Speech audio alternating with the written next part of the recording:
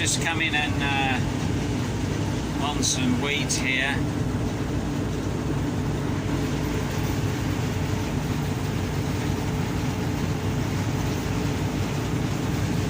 The combine has been behaving itself quite well at the moment. I did have a little fuel issue which the other day, and a knife broke. Had to buy a new knife, which was a bit annoying. Other than that, it's going pretty well.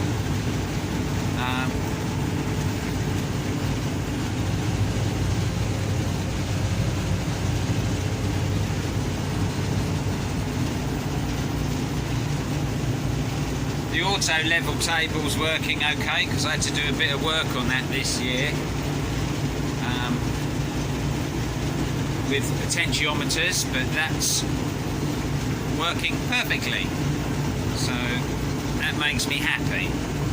I don't get to drive this combine much. My dad, who's 86, normally drives it. I didn't think he was going to be able to this year because he's been a bit unwell, but he's recovered all right. He'll drag himself up into here, and he's just turned up over there with the trailer. So once I get round to him, no doubt he'll come on here and I'll be on the trailer. But at the moment, it's all systems go.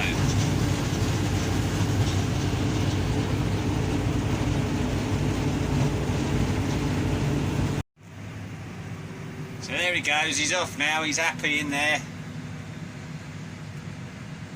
Happy as Larry is driving that.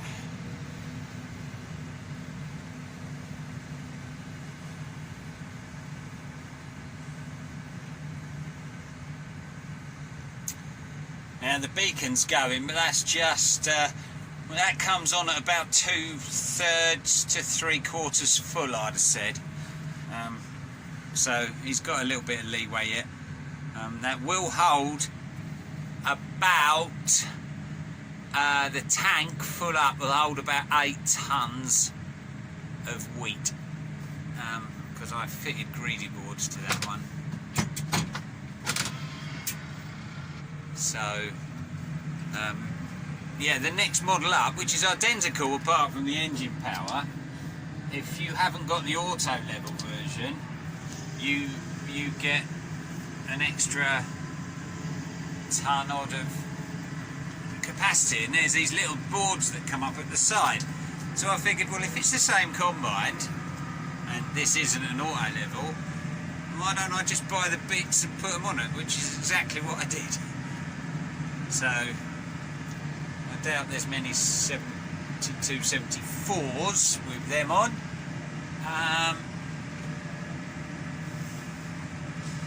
Anyhow, it's yeah, it's making a nice job of it at the moment. As long as the driver's up to it and you don't go to sleep and drive into a ditch or something. Which wouldn't be the first time he's fallen asleep driving a combine, but as yet he hasn't gone into a ditch. Alright, so we're doing a bit of unloading on the move here.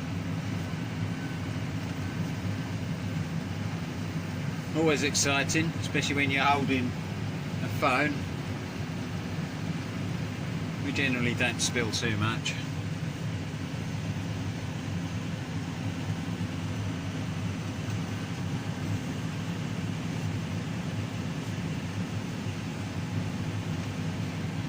So the combine, basically 2 tips, and it will fill this 16-ton trailer.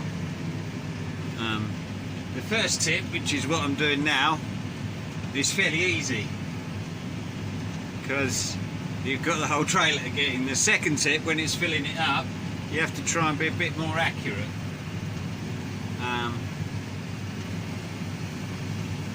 There we go, that's just finishing off now. Just stay there till the dregs of it are empty.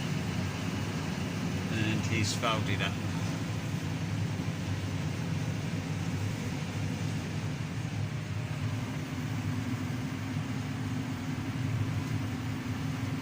You don't want to fall in there, that'd be bad news.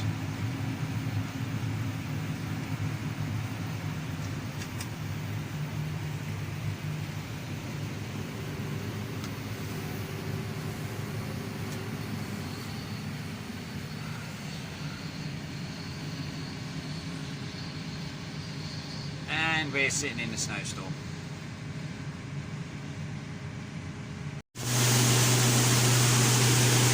Right, yesterday we combined some wheat, and later on it was a bit of the field had some greenery in it, fat hen and a bit of mayweed in the tram lines.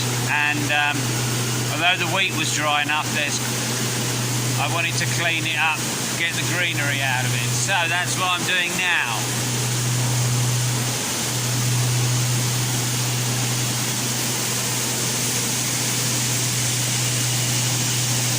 You can smell the green, so this is taking it out. The bigger pieces are getting sieved out there at the top, but most of the work is being done by a fan here that's drawing it air and sucking out the lighter and the green stuff out and out of that tube to the outside.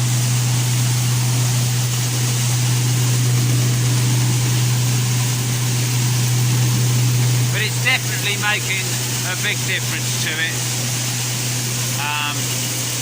We really don't want that in here, it'll just lead to moisture problems.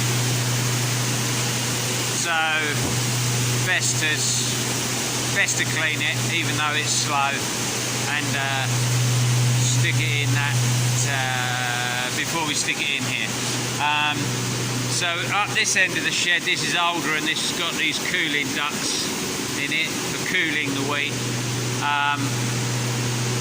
The back of the shed there is a newer floor. There's a better floor, it's all been power floated, and I'm just using these two pedestals that I'll put a fan on to cool the back section of wheat. But yeah, it's all, even though it's old, it's all working well at the moment. The conveyor belt and all the elevators, and so once I've cleaned up these, I've got another small trailer after this one, then maybe we'll check and start combining around lunchtime.